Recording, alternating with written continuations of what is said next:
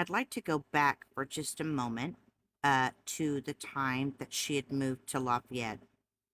And I want to say it was probably somewhere in the ballpark of October of 2023, maybe the end of September. Anyways, the man that she is now besties with and sits in Lives Daily with, um, he had found her address. He'd gotten her address.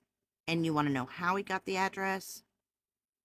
Well, somebody doxed this woman. And there was like three choices on who it would be. She had sent messages out to these three people, these three women, trying to figure out which one it was.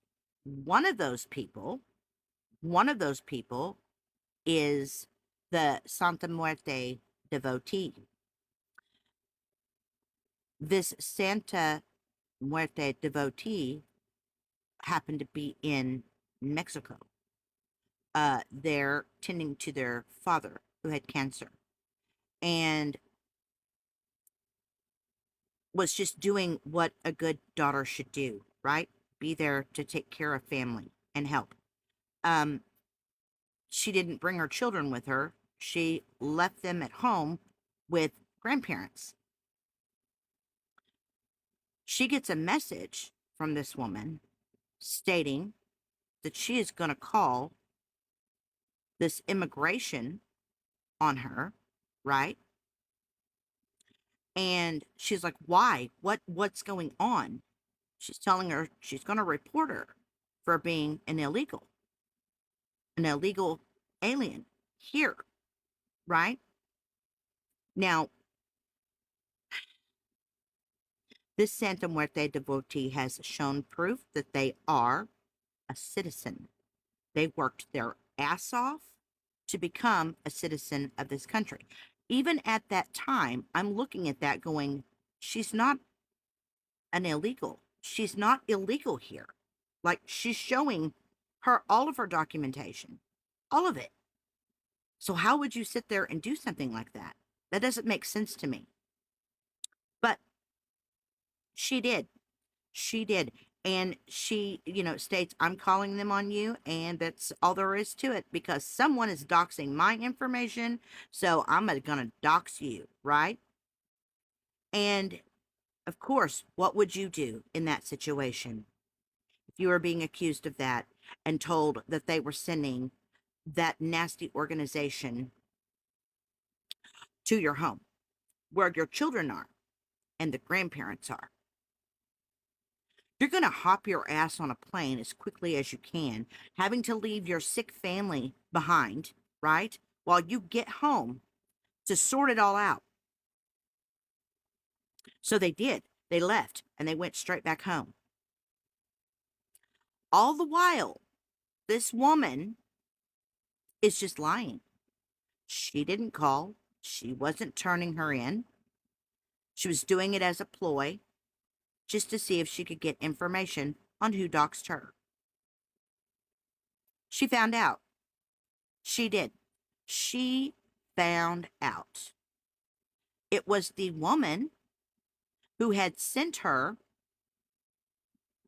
all types of herbs and candles and stuff from Ohio, when she first moved into that house. It was that woman who doxed all of her information to the guy that sits over on live 24/7 promoting his, I can't say 24/7. I'm not going to, okay, I'm sorry. Let me recorrect myself. Sits on live for an hour or two every day promoting their school. Okay. And, while others sit in a box and promote their businesses, right? She doxed it to him. Yep, sure did. So she found out who did it, and she didn't really do these, turning people in. She didn't do that. So, like I said before, if you blame her or you accuse her of something, well, she gonna run with it.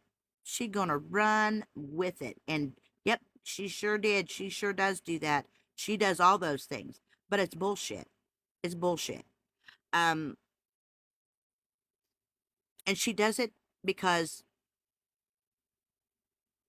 she's a freaking asshole.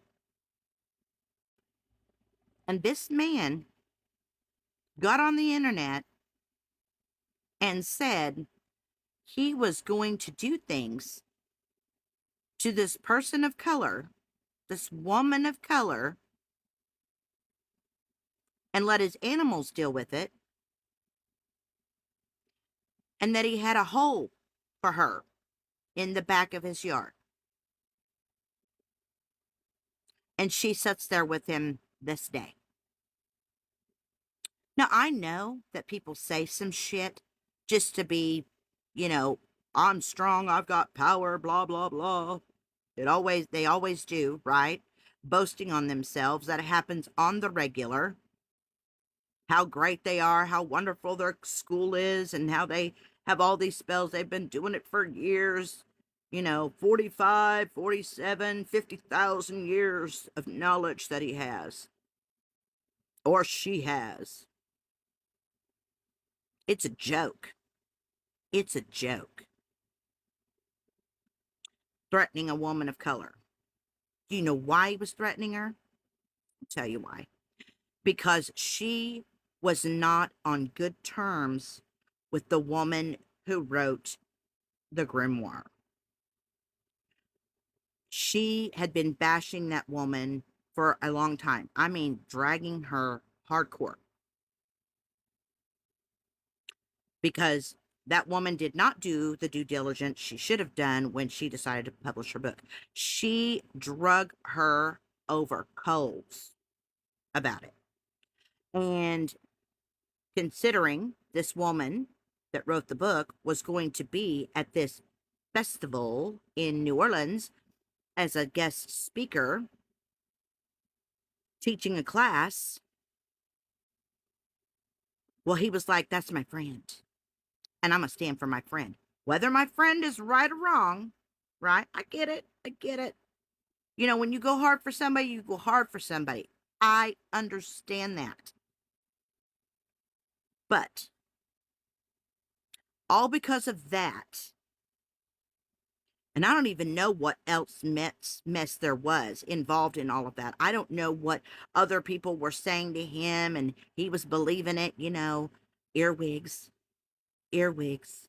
Yeah, we're going to talk about that too. Earwigs. Yeah. That's all he's easy. It's easy to get him information and for him to run with it because he doesn't stop. He doesn't think. He just runs with it every single time. So yeah, he was going against her. And that's exactly why she decided to send this other woman into a panic over immigration. Not that that woman couldn't prove that she wasn't legal or that she was legal. She could prove it. She could prove she was legal. But she was having to rush home. Do you know what a plane ticket costs on last minute from Mexico to the States? Well, it's not cheap. It's not cheap. So she screwed up that woman's whole entire time of being with her father dealing with cancer. Because what is a mom going to do? They're going to get their ass home and they're going to protect their children. So, yep. And when she told me, I never really did that. I didn't do it. I was lying. I was like, I can't believe you would do something like that. That's disgusting. That's not right. That is not right. Shame on you. Shame.